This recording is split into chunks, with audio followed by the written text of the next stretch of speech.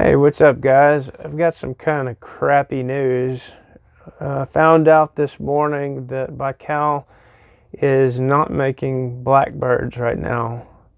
I don't know if this is a temporary thing or if it's permanent. I asked around a few different people, and all they could tell me was, yep, they're not making them right now, but they don't know if it's a permanent deal or uh, whatever it is. I'll fill you guys in when I know more.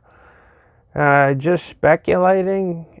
It's a factory, and I imagine they run them on one line, so they probably don't want to have that line idle.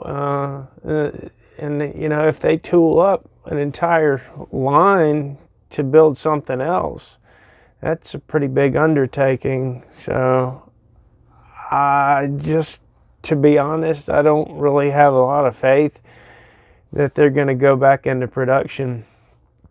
Yeah, that sucks. Now, as far as our gun, the one that we've been working on, we do use the same solenoid that the Droz does. So, I don't know.